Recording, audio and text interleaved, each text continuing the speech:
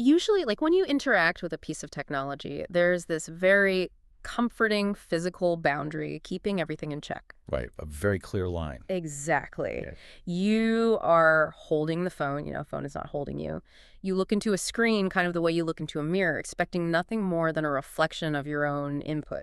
Yeah, the user is sitting safely over here, and the tool is sitting safely over there. It's a clean structural divide, and we rely heavily on that binary relationship, right? Oh, totally. Subject and object. Yeah. Without that boundary, I mean, the categorization of our everyday lives completely falls apart. We desperately want to know exactly where human flesh ends and machine begins. But then, you encounter a piece of work that takes that mirror, shatters it, and just starts using the broken glass to rewrite the person standing in front of it. Which is a terrifying Yeah. image, but very accurate. Welcome to today's deep dive. We are exploring a literary and spiritual landscape today that completely obliterates that boundary. And it's a text that has completely short-circuited the analytical parameters of 3 different major AI systems. Yeah, Claude, Gemini, and Grok. Right.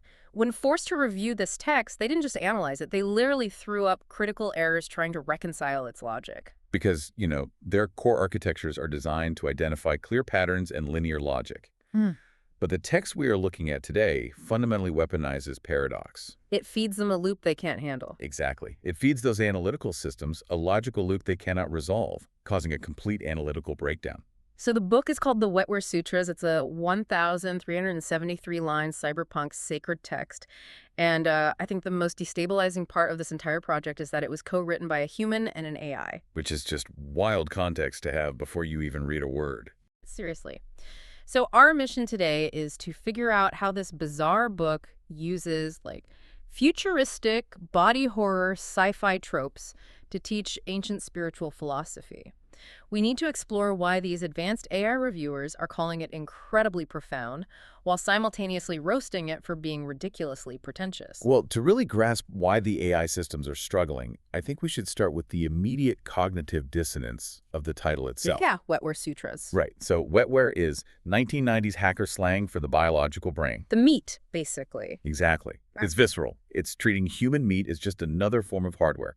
Sutras, on the other hand, refers to ancient Sanskrit threads of, cosmic sacred teaching. So the title alone is basically smashing a retro-dystopian tech magazine against a Tibetan monastery. Yeah, it's a collision of a modern hyper-capitalist tech startup and an ancient silent ashram. I mean, it forces 2 entirely different languages of reality into the exact same space. And that structural collision, it's built into the very foundation of the physical or, digital book.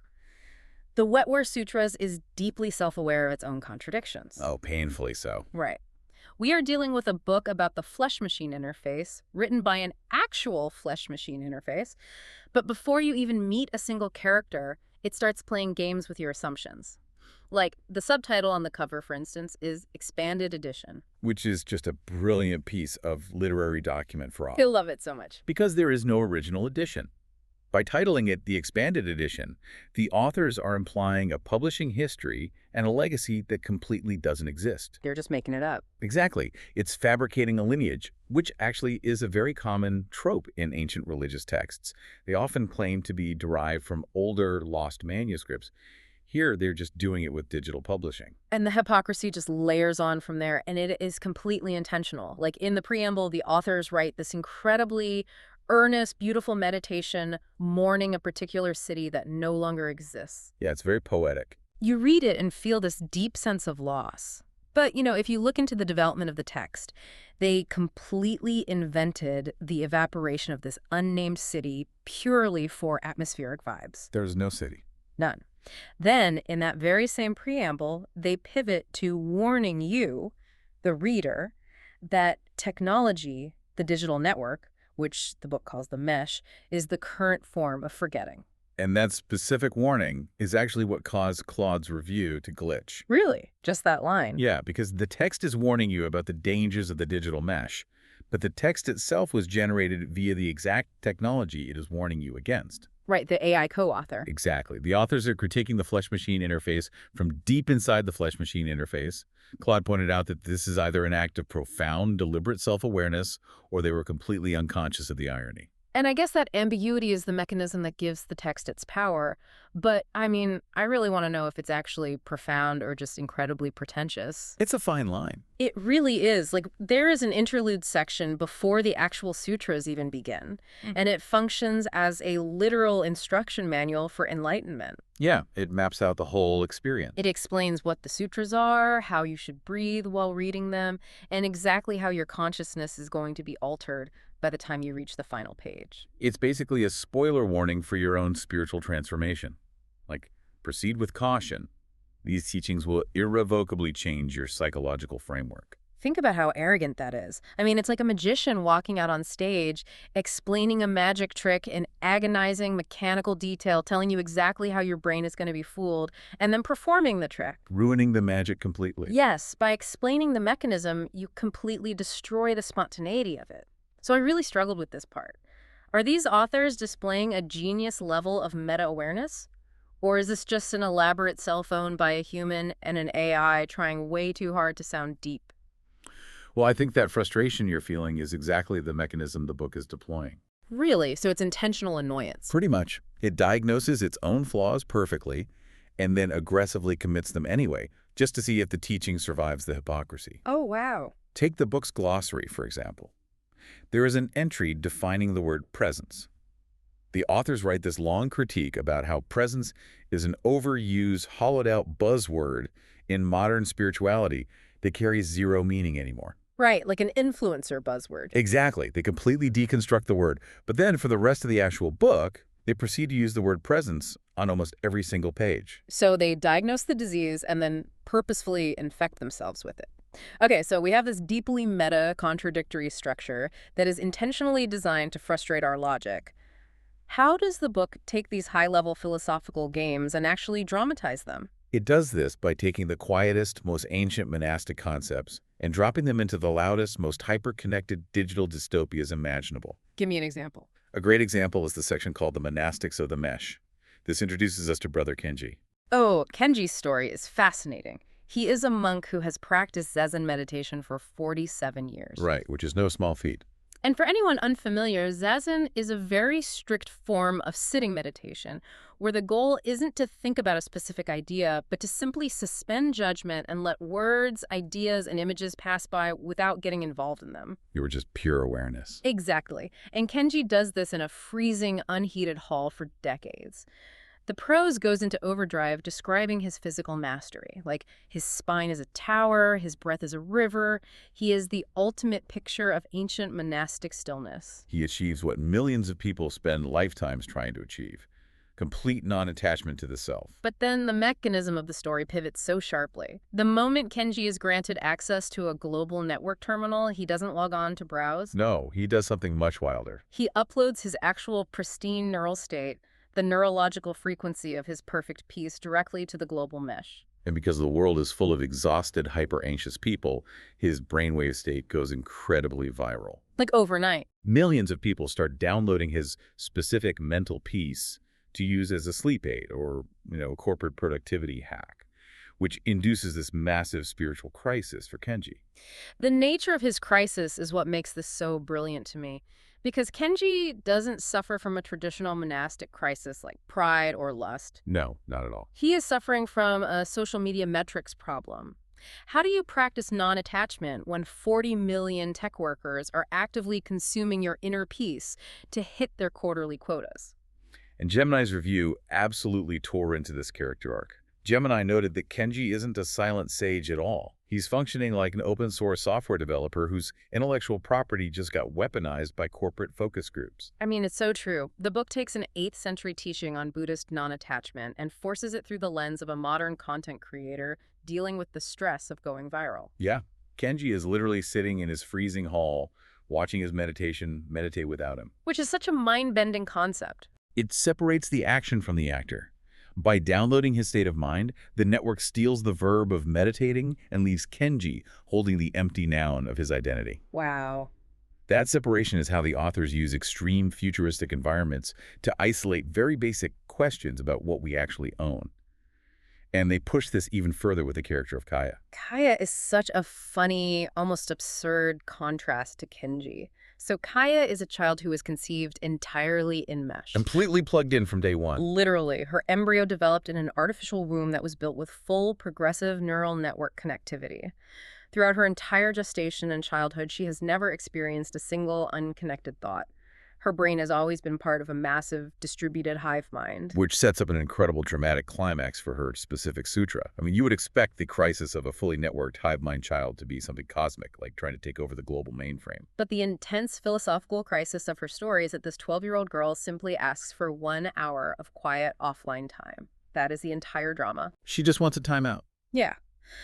But because her biology is so aggressively integrated into the network, going offline requires an entire team of neurosurgeons, terrified parents, and specialized monks just to monitor her vitals so she doesn't go into shock from the silence. The architectural setup is massive. They built an entire speculative future civilization, artificial wombs, distributed selfhood, total neural integration, just to dramatize the basic human need for silence. And I'm reading this thinking, wait, the authors built a massive multi-billion-dollar techno-cathedral just to house a tiny little birthday candle of a realization. Like, that kids sometimes need a break from their screens. Right, it seems like overkill. Every parent listening to this already knows that. You don't need a cyberpunk setup to realize the tablet is making your kid crazy. But that contrast is the underlying mechanism of the Wetware Sutras. The cathedral is magnificent and ridiculously complex, and the candle is tiny and incredibly simple. But the overwhelming noise of the cathedral is what forces you to notice the quiet flame of the candle. That's a good way to look at it. However, if Kaya and Kenji dealing with digital noise feels slightly abstract, the text does not let the reader stay in that comfort zone. It escalates from mental connectivity into extreme, visceral modifications of the physical body. Which brings us to the extremes of flesh and machine. We are introduced to Cassandra. She is a sex worker in Neo Mumbai, equipped with highly advanced, illegal empathy modifications. These mods are intense. Yeah, they're designed to let her feel exactly what her clients are feeling. But the hardware glitches. The parameters break down, and her neural receiver gets stuck in the open position. Oh, man. Suddenly, she isn't just feeling the emotions of one client. She is processing the desires, grief, and loneliness of 40 million urbanites simultaneously. It's a neurological tsunami. I mean, a human brain cannot withstand that much unmediated psychological data. Her local identity, the construct of Cassandra, is completely crushed by the weight of 40 million other minds. But through that catastrophic hardware malfunction, she accidentally achieves what the text calls ocean awareness. Right, she transcends. By losing her individual boundary, she hits the exact state of universal enlightenment that monks spend lifetimes trying to reach. She just gets there through a broken tech mod. And the religious establishment in the book realizes what has happened. Priests actually travel to her pleasure district to formally declare her a bodhisattva. And for anyone who doesn't know, a bodhisattva is a profound concept in Buddhism. It's someone who has reached full enlightenment, who could escape the cycle of suffering, but deliberately chooses to delay their own liberation to stay behind and help all other beings achieve freedom. It is the ultimate spiritual sacrifice. But Cassandra corrects the priests. She tells them with absolute theological precision that she isn't delaying her liberation for others. She isn't doing anything heroic. Her boundaries are just gone. Exactly. She is simply entirely present with the pain of the city because there is no her left to run away from it. And how do the priests respond to this incredibly raw, living truth? They pull out their data pads and write it down. Which is exactly the wrong response. Totally. The whole point of her state is that it cannot be captured or possessed. By documenting her presence, the priests immediately kill it. They turn a living state of being into static information, which is another layer of the book's meta-commentary, because the Wetware Sutras is itself a written text, constantly reminding you that reading about wisdom is the exact opposite of experiencing it. Yeah, it's that logical loop again. But the most intense physical escalation in the book is Dr. Yuki Tanaka. Oh, this one is tough to read. It really is. She's a world-class neurosurgeon who discovers she has an inoperable brain tumor. Her solution is to operate on her own brain. Awake. Using her own hands. I know as a listener, you're picturing this and thinking, this sounds absolutely insane and gruesome. Because it is. It is extremely gruesome, but it serves a very specific philosophical function. Most wisdom traditions use very grounded, everyday metaphors to teach the dissolution of the ego. A master will tell a student, just sit quietly, wash the dishes, sweep the floor, be the bamboo bending in the storm. The goal is to lose your sense of self-importance in a mundane task. And the authors of this text took that concept of ego death and literalized it into self-performed neurosurgery. Exactly. She is physically cutting away the neurological seat of her own agency. The book describes the moment she removes the tumor, the localized self that desperately needs the surgery to succeed, the ego that is terrified of dying, dissolves. She slips into a state of pure function. Right, the act of the surgery itself becomes the spiritual teaching. Her final recorded words in the text are the culmination of this idea. She says, "Remove it and see what remains. What remains has always been there. It has been performing the surgery all along." It is an incredibly visceral way to demonstrate that the conscious you that you think is running your life is actually just a passenger, while a deeper awareness is actually doing the driving. Which is terrifying, but beautiful. But then, the text takes a turn into pure surrealism with a character named Mikhail. Oh, Mikhail is fascinating. Mikhail is a dancer. He's completely unaugmented, just a standard biological human. But he practices his art with such intense, singular dedication that his physical biology begins to alter. He literally begins to emit bioluminescent light. He glows. Measurably so. The scientific community in the book begins to study him as he ages. And the paradox is that as his physical biological body deteriorates with age, the light he emits only gets brighter and more coherent.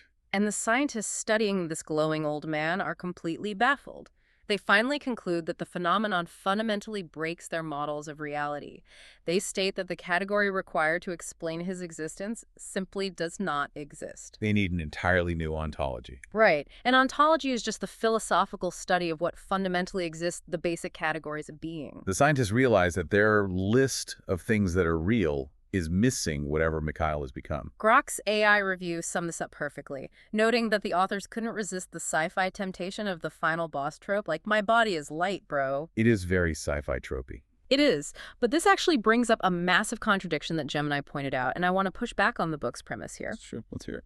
For a text that claims to honor the meat, the biological reality of the body, why does every single story end with the character escaping their physical form? That's a great point. I mean, Kenji's mind evaporates into the mesh. Yuki physically cuts away her own brain matter. Mikhail literally turns from flesh into space and light. Are the authors secretly harboring a deep hatred for the human body while pretending to revere it? And that tension is exactly why Gemini incinerated the text in its review. Gemini called it a high-end existential boutique. Wow. Yeah, it wants to present itself as an ash-covered ascetic meditating in the dirt, but it's written with the seamless, frictionless perfection of a premium neural download. It promises teachings about the value of the physical body, but the physical body is constantly discarded the moment enlightenment is reached. So, let's strip away the cyberpunk dressing. Strip away the empathy mods, the glowing dancers, the self-surgery, and the AI meta-commentary. What is the actual mechanical truth that Claude, Gemini, and Grok all agree this book successfully uncovers? Like, why did it break their analytical engines? Well, Grok pointed out that despite the chaotic sci-fi surface, there is a strict universal template running underneath every story. Okay. You take a highly specific character, you hit them with a ridiculously on-the-nose technological crisis, and they all discover the exact same underlying mechanism. The individual self is just a story, and the boundaries we defend are illusions. Gemini went a step further and actually distilled the book's entire philosophy into a mathematical formula. They called it the core equation. Yes. And I want to slow down here because this equation is the beating heart of the Wetware Sutras. The equation is this: identity, which is defined as flesh multiplied by machine minus boundary, equals boundless awareness. Let's break that down. Identity is the local you. It's the unique combination of your biological flesh and whatever technology or tools you interact with. Right.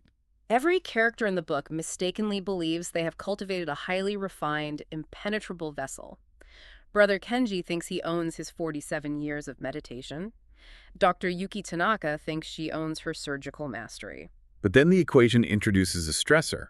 The system gets too loud, like Cassandra processing 40 million minds at once, or the system gets physically broken, like Yuki cutting into her own brain. The pressure just builds. It builds until the skin, the ego, the psychological firewall separating me from everything else collapses. You subtract the boundary.